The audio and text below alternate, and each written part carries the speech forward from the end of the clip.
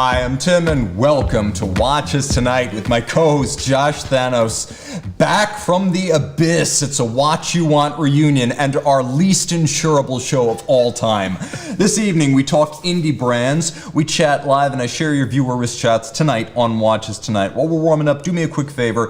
Instagram, Tim_Mosso, help me fill that underscore gap. Little snapshots of my life. We got squash, we got my cars, and lots and lots and lots of 1 minute watch reviews.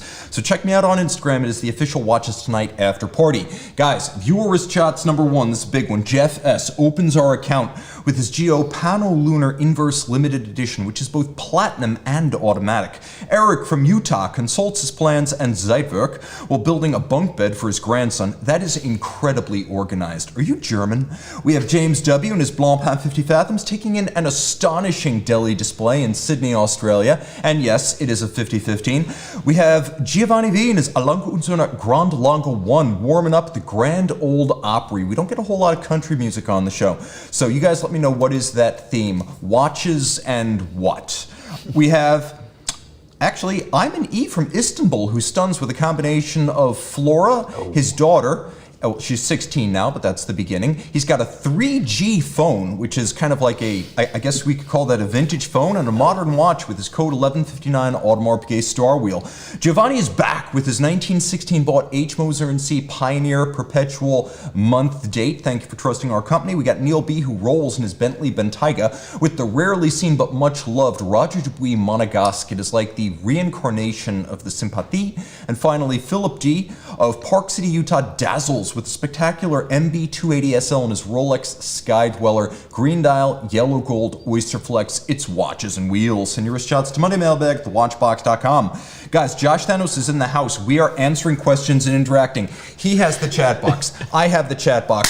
So start asking, we'll start answering. And Josh, please feel free to interrupt me. Okay, well, if you take a breath, geez, that was quite an intro. Rockin' and rollin', we're back. Josh, what is it that we love about independent brand watches? I mean, I would say during the 90s and the 2000s, the number one trend was aggregation. We saw the formation of Richemont, Swatch, and LVMH Watch Group as we know them today. Mm-hmm. And then it's almost like trends shifted into reverse. Yeah, so, I mean, well, yeah, so there was a big move to conglomerating watches, like the brands all working together and, you know, sharing movements and all that stuff, but also kind of diluting the relationship-based, buying watches, right? So, like, you know, I don't know anybody from Omega.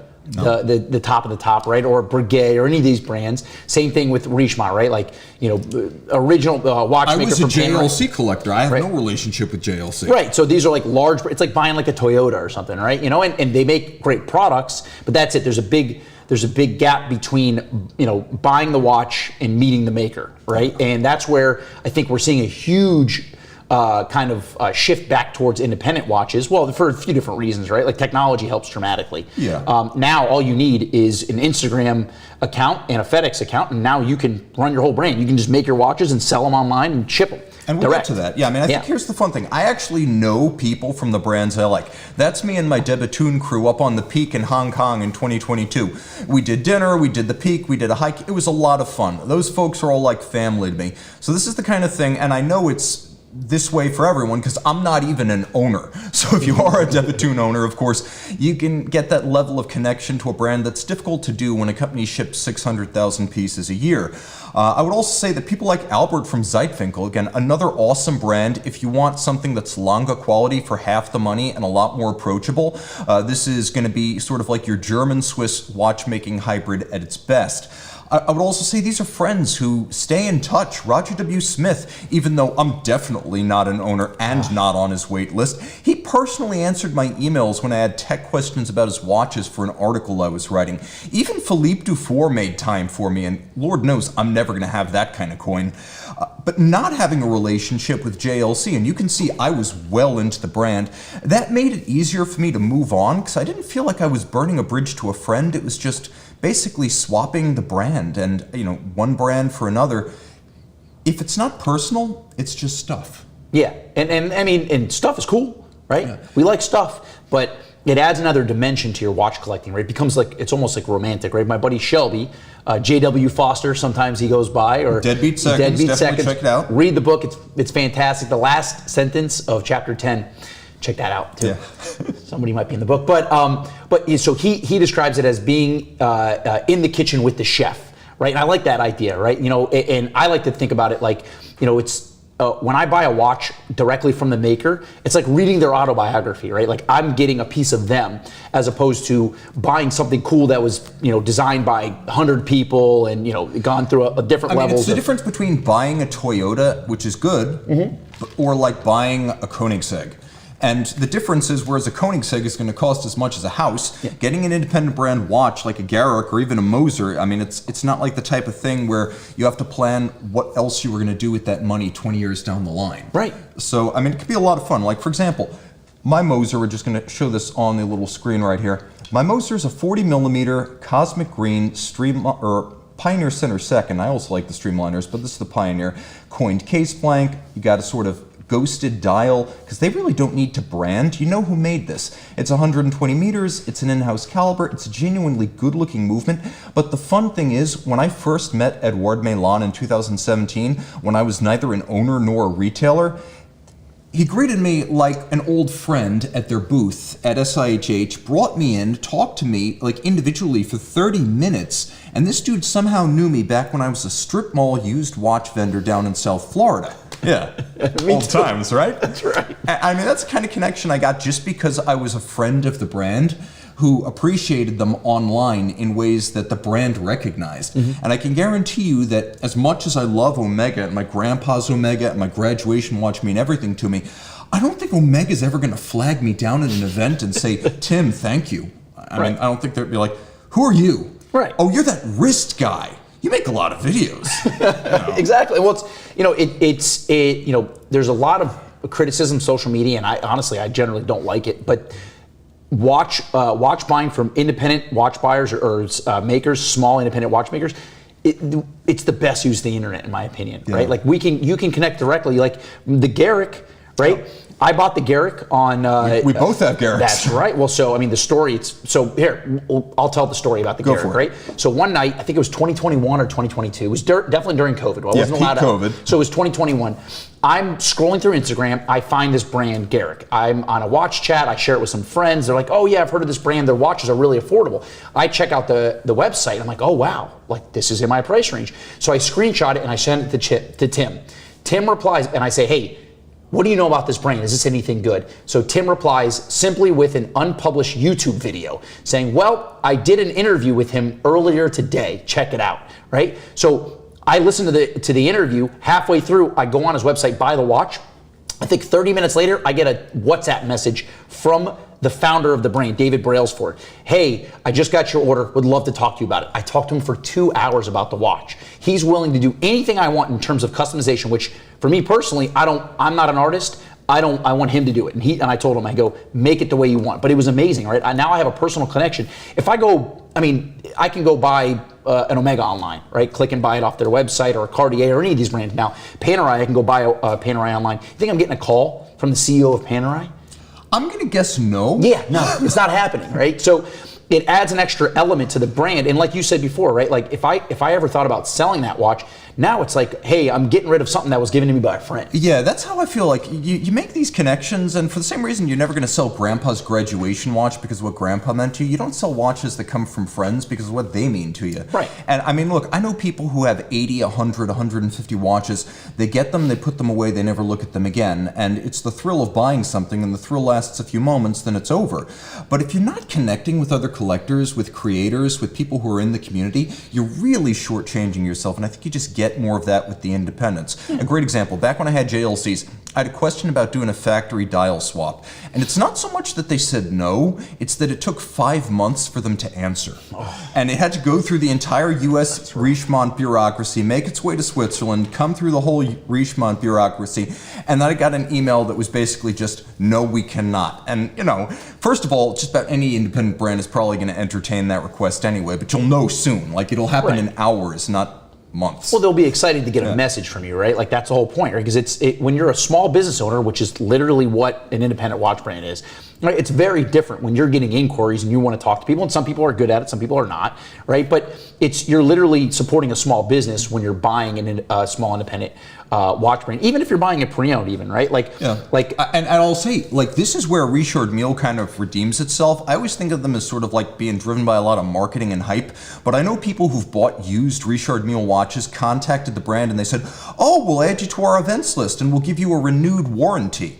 Yeah, and you know what? I'm seeing that more and more with some of these small brands that, if you're buying, because they realize that if you're buying it pre-owned, you're also supporting the market there, because if their watches trade decent on the pre-owned market, people are going to come and buy them new, right? So now there's an understanding that the pre-owned market and the primary market are not disconnected. They're the worst thing that can happen if you're a brand is that you go on Chrono24, search all, and you find that there's dozens and dozens and dozens of your exclusive watch available. That's the worst thing that can happen. So if you have people who are interested in buying your watches pre-owned and taking them off the market and loving them the way they're designed to be loved, that helps you from an image standpoint, that helps you from a brand ambassador standpoint. That guy will become your best salesman and ambassador, and all you had to do was show care, that you care. Just show that you have some concern for a person who liked your watch enough to make it his own, even if he's not the first buyer. Right, it's still your watch. Exactly. Yeah. And, that's a flag that flies forever. Let's take a look at our box. We got Sutats, we got Artaud Charles, AD Never Calling, Jim Millett from the UK, We Are Venom, Enrique Cassioni, we got Calloy, Thomas Burnett, Time Hill, Wolfgang from Austria, Michael Everywhere, specifically from Manhattan. We have Decibels from DC, Miroslav from Europe. Miroslav, you're in the show tonight. We got Watchalada, we've got Furyan Survivor from Sydney, Australia, getting up early with us. Josh Thanos is in the box. That's me. Wow. He's got to show me how to do that. We got Eric R. from Southern Utah, and then we got Mark S. from Brooklyn. Guys, we have a question. Is H. Moser & C independent? You better believe it is. It has always been an independent brand. It was recreated in 2005 using a heritage name. The people who were into the brand for its first decade did not know how to run a business. They made beautiful watches, but they allegedly lost something like 100 million Swiss francs doing it. Well, Edouard and Bertrand Meillan, who are actual businessmen and have a background in engineering, came in, they overhauled the brand, they made the watches reliable, they made the company financially sound, and they made the brand a lot more approachable and fun. Like my awesome Cosmic Green Dial, Pioneer and Steel, this could not have happened under the old ownership. It's not precious metal, it's not heavily branded, and it doesn't take itself so goddamn seriously. This is a product of the modern Moser, and the modern Moser is owned by the people who run it, and it is independent. All right, what else is going on? Josh, let's take a look at our chat box right here. We got Nick Marin checking in from Sarasota, Florida, rocking the Air King 116900. Jim Millett, when you visit the UK, Tim, it would be great if we could do a video from the Garrick factory in Norfolk and then a video from the Lotus factory, which is also there. That'd be very neat. Norm M, is the hallmark of your collecting journey when you go from sticking to known brands to branching out to go only indie. I don't know about only indie, but how do you feel about that, Josh? Yeah, no, I mean, I think mixing them in, right? Because I love Omega, I like Rolex, right? Like there's always going to be a place for that, and but moving into independent watches definitely shows like the next step of your collecting journey. Yeah, of course. I think make the option available to yourself. Like, here's the thing. My graduation Omega is sacrosanct. It'll never be sold because it has a great memory and milestone in my life associated with it. Grandpa's watch, it's going nowhere. Watches that I get from friends or buy from brands that are brands I know well personally, those all have meaning. And then there are watches you buy to mark a wedding or the birth of a child or a graduation. Because they have that value to you, it doesn't matter that it's some gigantic brand. What matters is that there is something that makes the watch special. And for a lot of people, if you don't have these milestones or you haven't built a memory around the watch, getting a watch from a brand that's willing to know you personally, customize it, make the delivery experience special, that's where independents really come into the frame. Okay, Josh, exclusivity. Now, they go anywhere from like 5,000 to like single digits per year with these indie brands. Moser is going to be like your 3,000 to 4,000. Then on the other end, Zeitwinkel makes movements that look like this for the half the price of a Longa, and production is in the low four-figure range. I mean, that's a sapphire dial, German silver movement, manufacturer caliber, bonkers stuff. Moser is in the mid fours at this point, like 3,000 to 4,000 a year. Enamel dial made of gold. lime green, very cool. Journe is 1,000 mechanical watches with a few thousand more elegants per year. They don't count the elegants as part of their 1,000 watches. Right. And then like the super high end where you have someone like Ludovic Ballois, he's making like 12 to 24 watches a year. That's Ludovic on the left, Journe on the right. And it can get even lower than that. I've seen watchmakers who make single digits. Right. Well, like a Crivia, Regepi. I mean, think he's down Fernando that low. Ronzone would even be a great example of that because I don't think he makes 10. Right. Yeah. I mean, Mexican watchmaker in Canada, check him out. Right. Well, George Daniels is kind of like that's like the blueprint for those kind of guys, Oh my right? God, he only built a few watches in his lifetime. So honestly, like when we talk about Grail watches, and that term is thrown around, everyone's like, "Oh, that's my Grail." It's like, okay, but your Grail's not something you're going to buy next week, right? Like it's something that it's like your exit watch kind of thing, right? It should almost be something unobtainable. Right. Yeah. It's got to be like if everything goes absolutely right, I can maybe get that, right? So that's George Daniels watches, and that's when I think about in terms of independence. I feel like he's the father of independent watchmaking. And Yeah, that's and kind also the most extreme and elite echelon of it. yeah, unbelievable, right? And also, it's a crazy guy, and like there's a He great was story. a crazy guy, yeah. I mean, the stories of George Daniels are genuinely crazy. Yeah. Not Journe crazy, but crazy in a different way. Very different kind of crazy. very different characters. We love you, FP. You set the standard. We're being honest. Yeah. And here's the thing. I will say that FP Journe is both a very controversial figure and the most influential modern watchmaker. And he can be both at the same time. You look at a guy like Philippe Dufour, who is now putting his name on a watch from age 23. In a different era before Journe, that kid works for someone else for 2.5 decades before he does that. Oh yeah, you're not starting your brand until you're in your 60s. Before you work for Patek for 40 years, and then you complications for Patek after that. You design stuff for other people who take it and give you no credit, and that's what Journe did. Yeah. Well, this is, and that's what's so great about today's independent watchmaking is that you have a guy like Journe who he makes Breguet derived watches, right? That he talks about Breguet is like his idol. It's his idol, right? But you see, it's like these are all different takes on Breguet, and there's just so many good options, and he's finding these young watchmakers to make these amazing dress watches, right? But there's other, like you can go like was it Otsuka Low-Tech? Oh yeah, right? Where you're not spending a ton of money, but you're getting something very exclusive. Yeah, super exclusive and very unique and something different. And even like Linde Werdelin, right? So that got me wondering if I have one in my box. I think we sold those. I think the Low-Techs, we had 3 of them. We sold them all. They move fast. It's crazy. But so like when we talk about exclusivity, so Linde Werdelin. Right, and we talk about having a connection. I bought one of these watches last year. I've become like legitimate friends with the owner, Journe and Eloise. It's crazy, but these guys only make 100 watches a year. They said that they've only ever made 5,000 watches. So I think most people, if you ask like how many watches does Linde Werdelin make back in like the 2010s, mid 2010s when they were sort of at their commercial peak. Yeah. I think people will be like, oh, they make thousands of watches. Right. No, it was never that high. No, well, he said the most watches he ever made in a year was about 600 watches. And that was their peak year, but then it was, running that business was a disaster. And that's the thing. When you're buying, it's a small business, so it's not easy, and they had to scale back. So now they're doing 100 watches a year. So they can have a personal connection with every person who buys their watches. And Journe's a genuinely good guy. Like back when we were that sort of like strip mall used watch retailer in Florida, he actually came in and did a live stream with me. And my goodness, is that taking a leap of faith? And then he came back last December and we caught up and I showed him my studio. I showed him 3 floors and 100 people working in this building, which is one of 20 locations we have globally. And it was great for me to be able to show him, like, you took a chance on us when no one else believed, and you were right. Yeah. And he's not the only one. There's a ton of these brands out there, and now the market's large enough to support them all. And this is what I'm so excited about. I feel like people are saying, oh, the watch market's dying because the prices go down, or Pateks or APs are not trading triple their retail. It's like, no, it's the opposite. The market reorganized, and now it's setting different priorities. Setting different priorities. There's more buyers than there ever has been before. It's easier to connect with them, and so there's just going to be there's if a brand makes a couple hundred watches a year, there's going to be buyers for these watches now. And it's here's great. The other thing, customization. I think this is really important. We talked about exclusivity and personalization and what it means to know the people, but customization. This is a 1 of 2 Moser Endeavor with a moonstone dial. The moonstone was obtained and then sent to Moser to make 2 of these dials. Go ahead, find other famous watch brands that make watches with exotic dials. Try to send them their own, your own moonstone. Try to get them to make one, get a lapidary to custom fabricate this for you.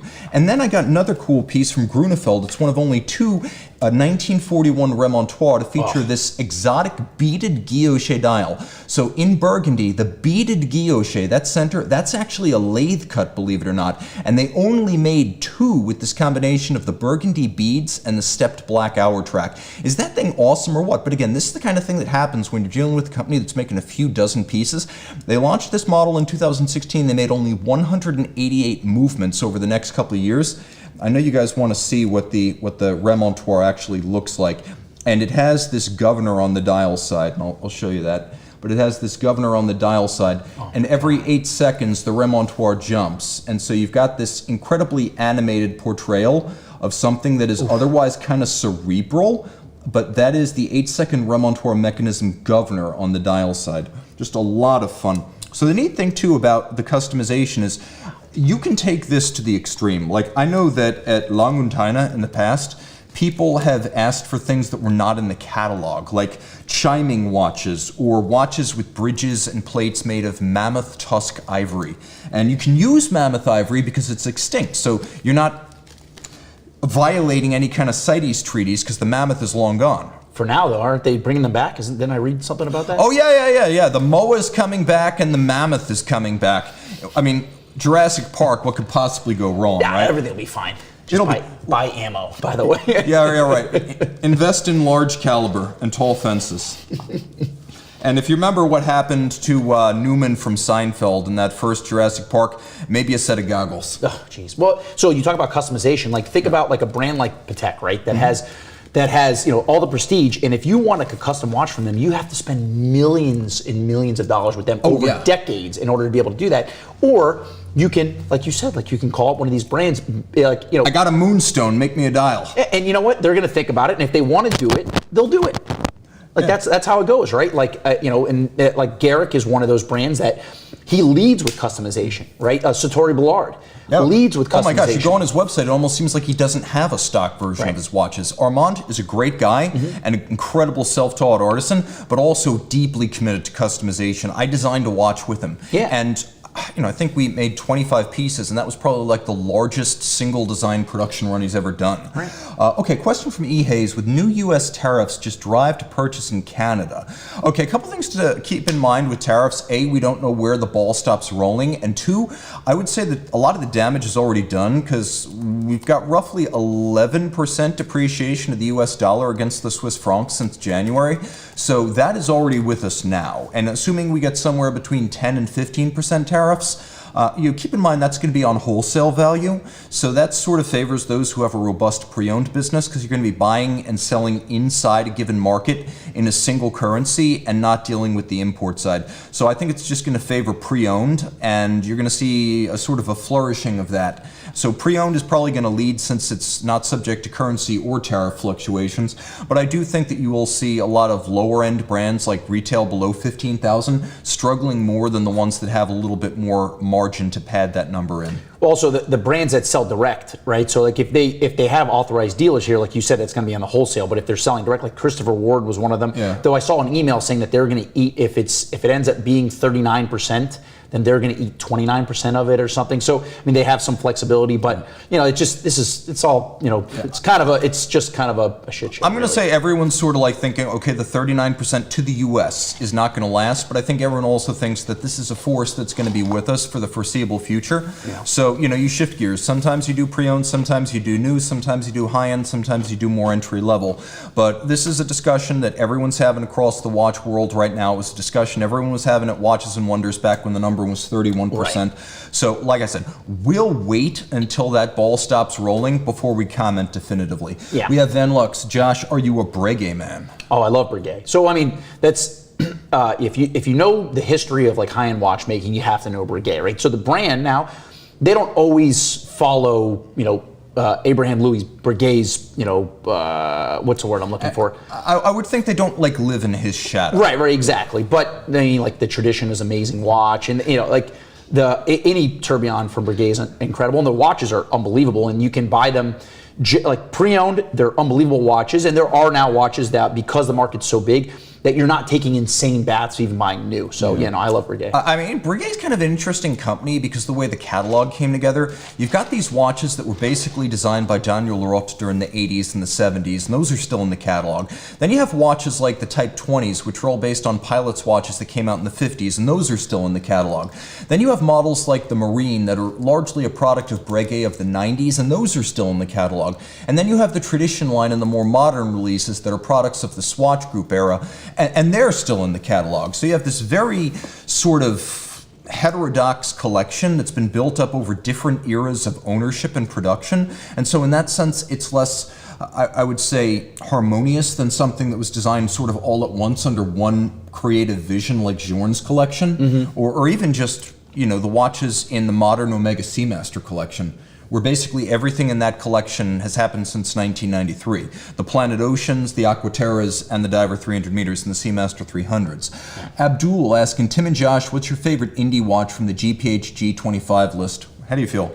I can go first if you want. Yeah, please. Okay. I'm trying to think of Grubel Forsey, the EWT, the Nano Foudroyant. To me, that's the watch that should be like Aiguido this year. I think give me a sub 38 millimeter white gold and tantalum Greubel Forsey Foudroyant tourbillon watch. I'm all about it, proving that Grubel can work in a smaller package, but also do so without any compromise.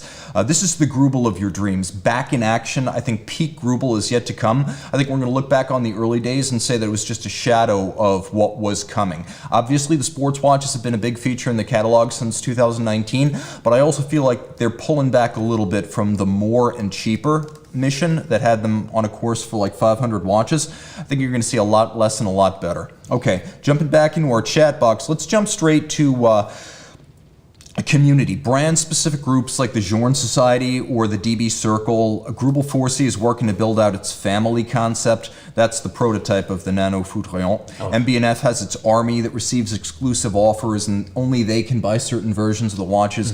And again, Richard Mille actually backs up the hype by inviting people to genuinely worthwhile events that you want to go to and adding warranty for people who buy the watches pre-owned. They've always been friendly to me as a non-owner, and I found that when I dealt with them at trade shows, they were easy to deal with and gracious, which is not always the case. Right. People at RM and RM itself, the watches, maybe not my thing all the time, but the company itself seems great to deal with. Okay, viewer wrist shots number 2. Bruno impresses with not one but 2 Andersen Genève World Timers by Svend Andersen. Oh, by the way, another brand that does not get enough notoriety. You can buy them shockingly cheap used. Buy them up now. I mean, these are so a founding member of the HCI. HCI, right? So I mean, it's Andersen Genève, unbelievable brand.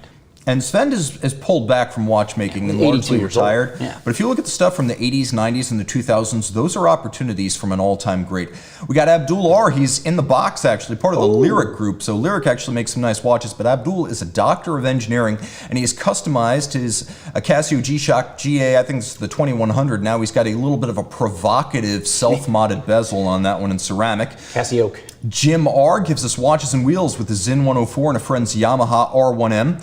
Cassim H goes vintage with a 1960s Heuer 2447 NST. And by the way, this is in Dubai. That is probably the most discreet watch in Dubai right now. Well done, my man. We have Jay Sharp, who brings us Formex, a brand we don't often see here, in the form of his Reef, by the water, on the water. I love it. Send your wrist shots to MondayMailbag@thewatchbox.com. Okay, we're going to talk about Josh's brands here. We talked a little bit about Garrick. Now, what's interesting about Garrick is not just that you'll know the people behind the brand, but they do a great job of communicating. When you order a watch, they actually give you updates on where it is in production. Right. It's not just, okay, shut up, we'll call you in a couple of years. They actually give you updates on the production process. Well, it's literally the opposite of almost every other brand. If I send a watch to service and then I call them, hey, any work, don't bother us, right? David is hey, let me just let you know where we're at in this process. It's incredible. And I'll say this. I don't know what it is about Britain, but they eat their own, and the British press does not give Garrick enough credit for all of the skills it's taken in-house, the jobs it's creating in the UK, the amount of work they do under the table for other brands at Garrick Lab, where they're actually contracting out to develop stuff for others who do not have the investment to develop. Garrick is like a gem. UK press, please recognize that. Havid Nagant, oh my God, Aaron Bezirkanian is one of the nicest guys you'll ever meet. Now, that's his original model, but Josh, this is not just his original model, he is a model gentleman. Yeah, oh no. I mean, so again, when we talk about like relationship, man, like you want to buy a watch from a guy like this, right? Great kid, insanely detailed, hardworking, family guy, and everything he does, he pours it into these watches, and he's all about community. That's what it's about. And not only that, but what a nice guy. He shipped me a watch to do a little review when he launched his brand, and I was happy to do it because he first showed me his 3D printed case model. It was in 2019 in LA, at Watch Time LA, when they did that, and I said, it's good, but it needs refinement. And he kept saying, okay, well, I've refined it. And he kept sending me photos of updated prototypes until eventually he sent me the watch for review, and I said, this is fantastic stuff from a great guy. And then he calls, he says, do you like Ferrari or Porsche? I'm like, between the two, probably Porsche. He sends me a gigantic Lego Technic Porsche kit and like Rush ships it to me. And it's like, I'm sorry, but Longines doesn't do this for you. No, well, I mean, it's just, a lot of people will talk, right? People will say they're going to do things and they want the notoriety before they do anything. And it's other people will do what they say they're going to do, right? So Aaron, without a doubt, is one of those guys that he says he's going to do something and he does it. And he's executing so well, and he understands watches. He's from also Journe, right? Sure. Like it's all And this is an industry full of dreamers. I could not tell you how many people have come up to me with a 3D printed case and told me this is the future, right? And you never hear from them again. Yeah. Or they send out a render, which is like even lazier, and you never hear from them again. Now we got a couple of watches from Garrick and Nagant. We've got the original 00, we got the 01, the Lucine, which was a moon phase, the classic one, which is a really nice sort of traditionally designed watch for those of you who like conventional lugs. And he's got a 02 that's coming soon, so watch this space. Oh, he's going up market, yeah. Linde Werdelin, okay, a very misunderstood brand, but it is a Danish British-Swiss hybrid. Their origins are in Denmark, their office is in England, their manufacturing is in Switzerland. They make a lot fewer watches than you think, and they are totally offbeat. They were one of the first in 2007 to have an online shop. Back when every other brand was still telling you that no real Swiss watch is ever sold online. Yeah, right. They were selling the watches online proudly. They had pre-owned back when OEMs didn't want to touch it, Linde Werdelin Vintage. And their original advertising campaign was a literal comic book. And there's a copy of that on eBay right now for over $100. So people actually appreciated the approach. So here we go. Josh has got something for you. This is from my friend Journe Werdelin. The Perfect 5. We've actually got a copy of it right here. This is the first time I've ever seen it physically in the paper. And this is just like the wackiest thing on earth. A graphic novel that advertises a watch brand that has almost no other advertising. Well, so this is one of the other reasons why I like these small independent brands, that they can take chances. Like Journe says, this didn't work. They tried it, they executed it really well. It did not work to advertise their watches, but it's still part of their history. But here's the thing, it's so classic now that everyone remembers it. It's like it wasn't appreciated in its time, but when you mention the Linde Werdelin comic book, everyone who's in the watch space back in the 2000s was like, oh my God, yeah. It's like you remember, could you spare any Grey Poupon? Like everyone remembers that commercial. Yeah. I don't know that anyone bought more mustard because of it, but it was an all-time classic. And this is like the Olympus of watch industry advertising after the Patek ad. Oh yeah. That's in a class by itself, but this is like the next rung. All right, so now let's talk about some of our friends here. Actually, let me show you some Linde Werdelin pieces because we got them here. The Spido has always been sort of like their land sports watch, and this is a Spido. We got a combination of ceramic. Of course, we've got the carbon fiber case. They are technically a 46, but don't be fooled. I'm gonna put this on my wrist right now because I'm gonna dispel this myth that it's a 46 that wears like a 46. Guys, a big pilot's watch, check out my Moser right there. A big pilot's watch is a 46. This is not a 46. I tell people, think of it as a 41 or a 42. That's how it wears. It's a lugless watch. And back in the early days, it actually interfaced with their dive computer and their ski computer. But they're all a lot of fun, and they come with a tool so you can swap the straps. And they curate their own history. Look how many big brands are not willing to buy back their old watches.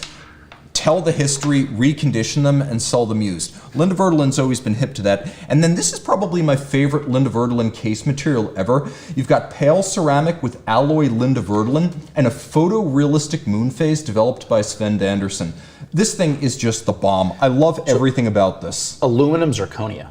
It is. It is an aluminum zirconium alloy, and you can see it was a limited edition. It's got the octopus on the back. Of course, this watch was more water resistant, but it's all about that it is both luminescent and photorealistic. It's just a lot of fun. It's one of those wacky watches. I think people want to compare it to an Offshore or a Big Bang, but it's really not comparable to either. It's got a lot more soul, and it's a lot less common. Well, what's funny about that is that from what I understand, that case material, somebody, when they started making their watches, somebody from an aerospace company said, hey, I'm a fan of your watches. We make this material. We can't tell you anything about it, but if you like it, we'll sell you some to make some watches out of it. So, and they still have that contact, but they have like an NDA. You can't tell. They can't tell who they got it from. We know that the primary ingredients are aluminum and zirconium, but there are a lot more that will never be revealed. Yeah. But I mean, it's feather light. It's a lot of fun, and it's from a brand that's just good people. Well, think about that. So, like, okay, so I work for an aerospace company. I decide to reach out to Rolex and say, hey, you guys want to make your watches out of this? Not that we don't love you. We love Rolex. Well, okay, Omega, whatever. It doesn't matter. Large brand X, and you think you're going to get a reply? Let alone them consider making a watch out of that material. I mean, it's to make 59 of them, and that's going to be it. Well, yeah. We're going to invest in enough to make less than 5 dozen watches. But I could call up David Brailsford from Garrick and say, hey, listen, I've made this material. If you like it, I'd love for you to make some watches out of it. And he's going to consider. I mean, it's a lot of fun, too. And we got a comment here that is a great summer watch. And Jim saying, Linde Werdelin were much smaller than advertised. Abdul saying, Josh should come more often. Tim would get more cool gifts. Well, technically, I don't get to keep any of this stuff, but definitely I get to play with more toys. You get to keep the comic book. Jim Mille saying, should we do a Linde Werdelin group watch for our Talking Time with Tim Mosso Facebook group? Look, if we have people willing to make commitments, I know we could make that happen. But we need commitments up front, guys. There's 7,600 of you. I know we can get at least 12 to do this. And again, all you do is reach out to them on their website, and you're going to get a reply. That's the point of this whole conversation, is that if you wanted to do something like that, who you're gonna reach out to at large brand X. Yes. You know what I'm saying? Like, it's not happening. Like, IWC is probably not going to make our next group watch. Right. Not that I don't love them. It's just, I'm going to say, hey, can I have an Angenieur automatic 40? How many do you want? 10. Goodbye. It could be like that. Jim Millett saying, octopus tattoo for our group. The tattoos were beyond belief. Hand engraved, like full case engraving, gun style engraving, but with nautical themes. Really cool stuff. Check those out. And what else going on in the box? Jim saying, no preferred client lists with a lot of these independents. That's for sure. Yeah. The relationships are going to be personal and sincere. Mike Murphy, who's buying all these watches from these small independent makers?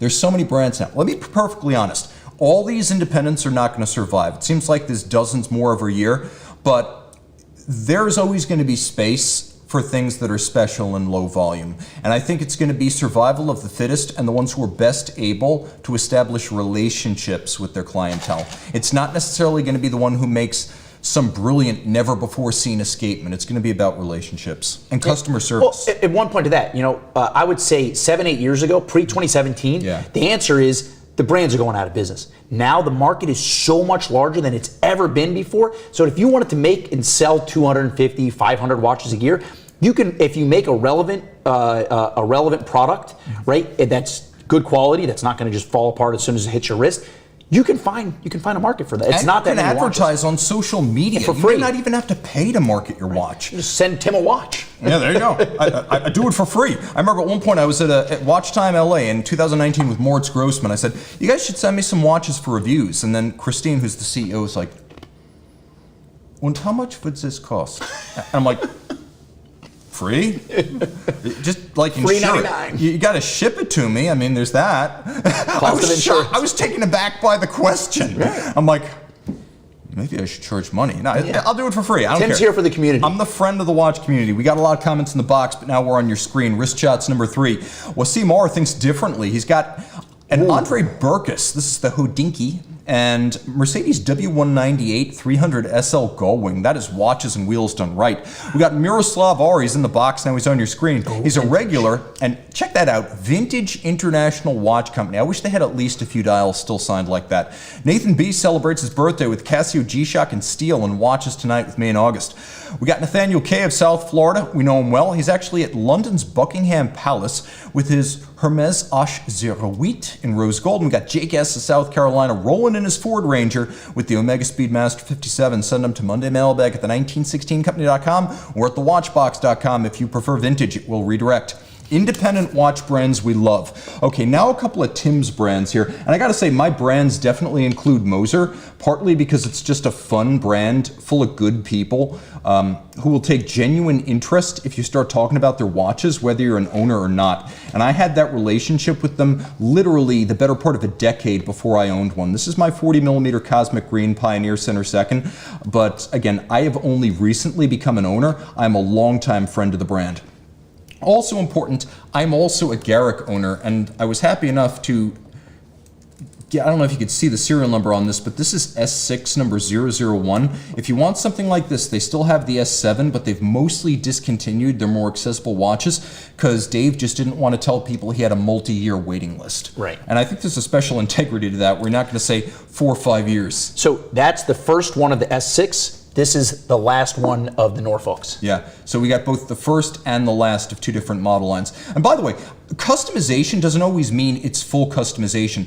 There were so many dial, sub-dial, hand, dial cut, dial color, and movement style options on these Garricks that you could very well wind up with something unique even without a full custom order. I still need to get a regulator from him. Definitely important.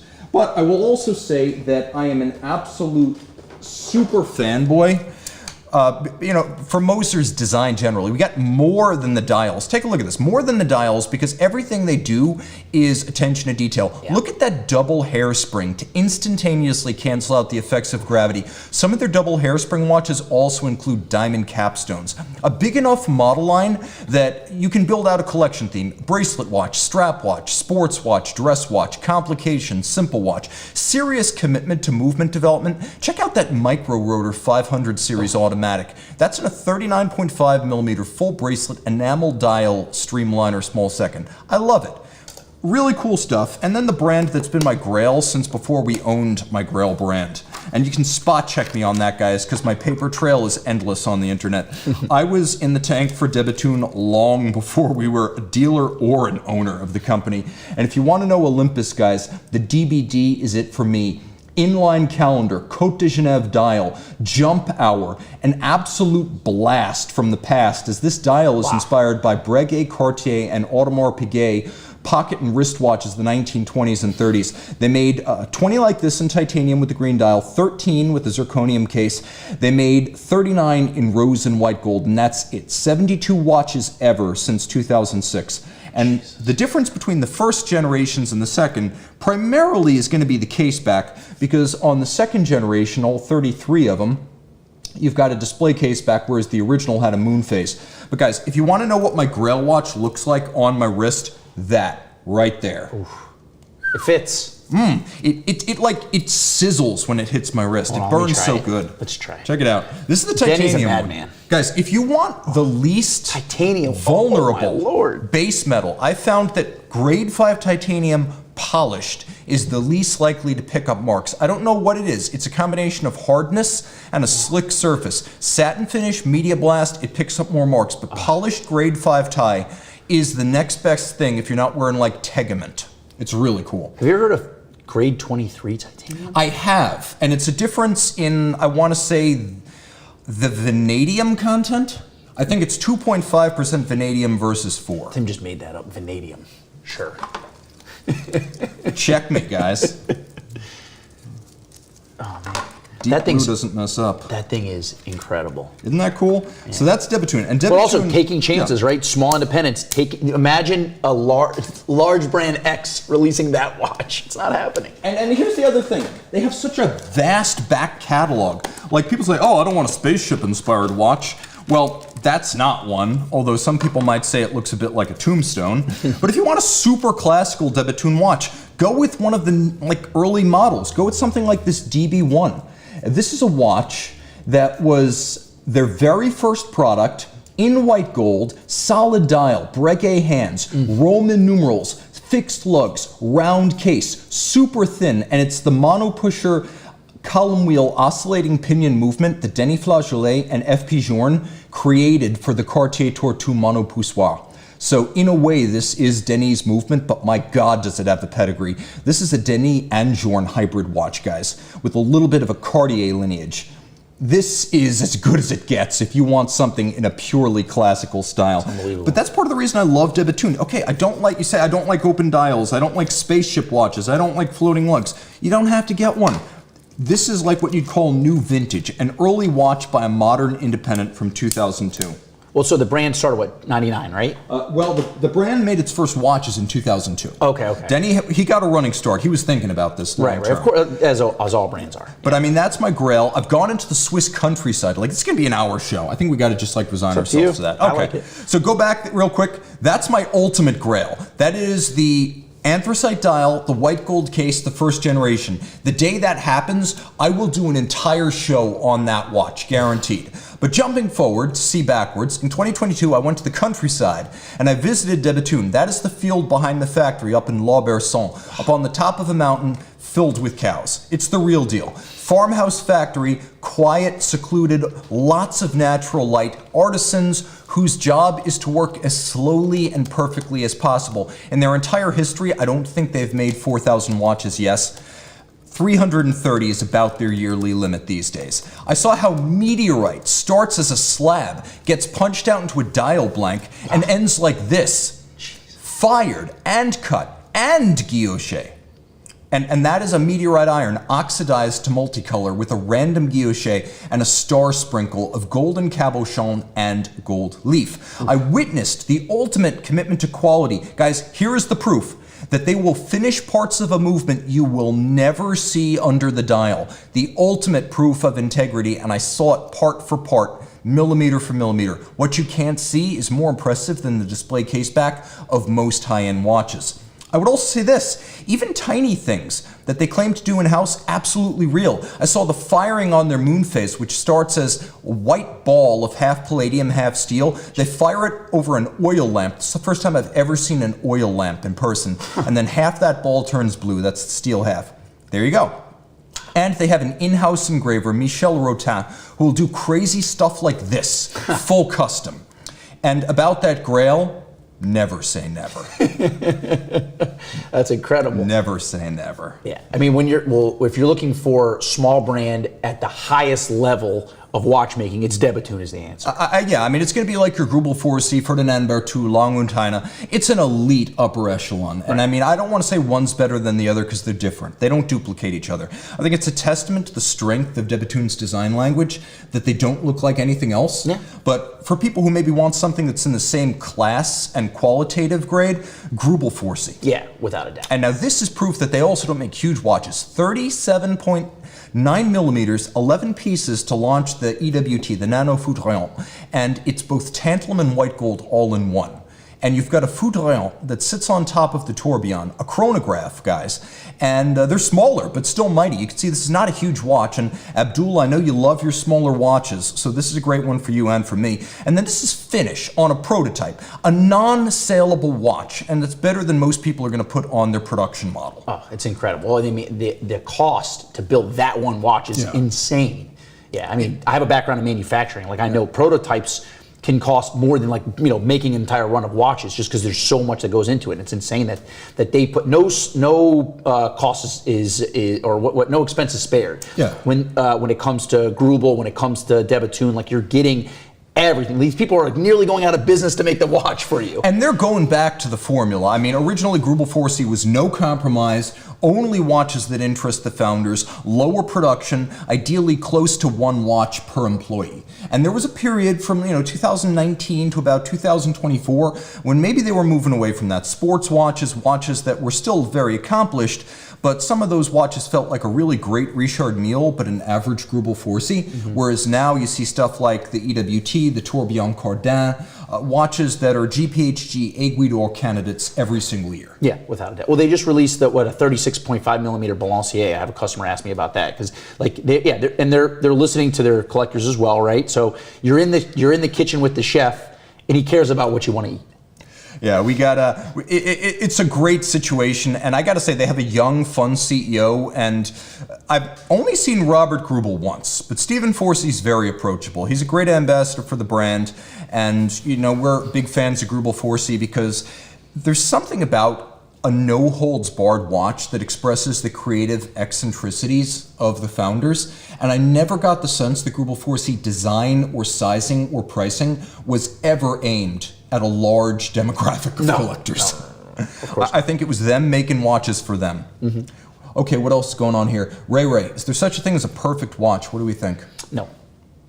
I think a watch can do one thing perfectly. I don't think you can do everything perfectly. Yeah, I mean, a watch can be perfect for you now. Yeah. Right, but like that's the whole point. It's art, right? So it's going to match your emotion. And it's subjective. Perfect to me is not perfect to Josh. But also, I'm not the same person I was 10 years ago, right? So no, yeah, I think that I don't ever want to find a perfect watch. Yeah, I think that it's almost like finding the Holy Grail. Like, I almost feel like that's the end. You turn to dust. Yeah. Yeah. So as soon as you find your perfect watch, you're dead. And not in like the Indiana Jones way. The Nazi got what he had coming. No, but I mean, like the idea is that you grail, you can't achieve it. Like it's something that's hypothetical. It is a metaphor for perfection. And that's sort of what the Grail watch is. I'm not sure. I think you can have a Grail watch. I think it's definitely open whether or not a Grail should be an attainable watch, or should it be something that's always just beyond your reach? It's got to, like we were talking about it before, right? It needs to be something that if everything lines up absolutely perfect, you can't believe that you're in a position to be able to attain whatever it is, whether it's monetarily or just having access to something like that. It needs to be something that's, when people tell me that like the pink Tudor chrono is their Grail watch, it's like, it's a nice watch. I'd be go like, buy one. If you want it, it's going to happen. Like, there's enough of them out there now. The price is low enough. Yeah, this is not like the first month of the pink chrono when you really did have to like know somebody or pay a bribe to get one. Now you can get one. Even They're great still. watches, but I mean, if that's your Grail, you got to be ready for the day the Grail is attained, because it's going to happen. And I don't mean to be like a snob about it, but let's stop using Grail for watches like that, right? Like for me, a George Daniel watch, a George Daniel's watch, which he can't make anymore because he's not alive anymore, right? And furthermore, one made by Daniels himself and not in his name by Roger W. Smith. Right. A Roger W. Smith watch can be a Grail watch too because he makes so few. But yeah, exactly. Like buying that watch is like buying a Picasso or something along those lines, right? Yeah. And that's where I look at it in terms of a perfect watch or a Grail watch. But even still, if I did buy a George Daniels watch, I'm probably still going to have a Panerai. I'm still going to have a Werdelin and other watches because I'm not going to wear the George Daniel watch fishing. It's not happening. Yeah. And let me just be clear, guys. This indie watch movement does not mean you have to spend ever escalating sums of money on things that are going to compromise your financial security. Philippe Dufour, like we mentioned him earlier, German watchmaker out of Berlin, started making his own watches at age 23. This is a watch for like 10 grand pre-owned. It's based on the Stern and Himmel. Abdul, I know you have one, but this one has an onyx dial. It's a piece unique, 41 millimeters in steel. Now on the reverse, you could see all of these bridges are custom cut, mirror beveled, a mile wide. I think I counted something like 21 interior angles here, and all of it is hand done. I wish I had a better camera because frankly, this deserves only the best, but this is like a $2,000 pre-owned watch that gets you a superstar of the future on the dial and an independent brand watch on your wrist right now. So I really want to emphasize that because I cannot be clear enough. This does not require a six-figure purchase budget. Play your hand right. You might even get it for a little bit under 10,000, but that's just a great example of how these things do not have to be prohibitive. And although you will pay more for this pair, I've got this super cool set of. Let me see if I can show you these both. Oh. But Moser and Studio Underdog did a pair, the Passion Fruit pair. So you've got the Studio Underdog Salida-powered manual wind Series 3 Passion Fruit chrono at 38.5. And then you've got Moser, which is the same Passion Fruit dial, but stepped up to a Moser level, where you've now got a gradient enamel solid gold hammered center dial, and then purple lacquer on the edge with a 7-day Andreas Streller designed perpetual calendar module on Moser's 800 series base. So again, Studio Underdog is accessible money. Moser is a little bit more dear, but this is just the proof that you can get the same feeling regardless of budget, because Richard over at Studio Underdog will be happy to sell you one of these for a whole lot less than the price of the set. Yeah. Okay. Final live questions for Josh. Go for hours too. All right, one more thing. We have something that's worth mentioning. We had a comment from one of our users, Justin, saying, owned independents in the past, Journe and Pita, that's Pita Barcelona. Oh, yeah. Although Journe can be a Pita. Yeah. But he experienced poor customer service. Well, here's the thing. That is one of the Achilles heels of all brands. Now, that could be big brand or it could be small brand, but I will argue that it is more common with small brands. Right. And one of the biggest questions you've got to ask other collectors when you're sort of interviewing a brand to adopt them is, what has the service experience been like? And have they actually invested in local service? Like with Moser, Asia, Europe, the Americas, they have local service to get your watch back faster. But if everything has to go back to Germany or Hungary or Finland or Switzerland, that's a consideration. And if they don't have a great reputation for after-sales service, that can really spoil the broth. That's an important question. Yeah, absolutely. Well, that's all part of, again, being a small business, right? Like, it's not easy. You would think like, oh, let me just find a watchmaker. Well, number one, there's a shortage of watchmakers right now. That's just like, I was at our service center talking to Shannon, who runs it, and she's like, yeah, this is a nightmare. We can't find enough watchmakers. So that's hard. And then imagine you're making your watches, advertising them, selling them, servicing them locally in Switzerland, and then you're like, oh, okay, I have to find a watchmaker in Asia. I have to find one in North America. I have to find one in, And not every watchmaker should be touching a Moser 7-day perpetual calendar. So you got to find not just a watchmaker, but an elite one. And then you've got to duplicate him or her, often it is her, several times. So that's important. Yeah. And that is, Justin, I will add, that is one of the advantages of really big brands. They almost always have local service centers. So give and a take, of course. Yeah. And you know, Breguet, Omega, you know, IWC, they'll be around forever to provide parts and service. That's important. We have Revan A saying, if Tim made a lot of money, he'd be spending it on his grills, watches, and cars. Yeah, probably would. But you know what I'd do more than anything? I'd probably go part-time in the watch business and like formally enroll in a watchmaking school. Like, I would want to have some sort of credential or degree or something that makes me more than a YouTuber once I'm done with this industry. Who's buying a T. Mosso made watch? Yeah, tell us in the comments below. All right, other things important. You're important. You're important to us. Viewer wrist shots number 4. We got Robert C. and his German Zinn EZM 13.1 visiting Granite Falls in Washington State. We got Liam S., who defies the tariffs after winning the raffle to order, or tariffs, to order the Mad 2 from Max Buser. And by the way, that one right there, I believe, is the raffle model. The orange one is for the Army. We got JCS and his Mito Ocean Star Hodinky enjoying a bright summer's day. Love that bracelet.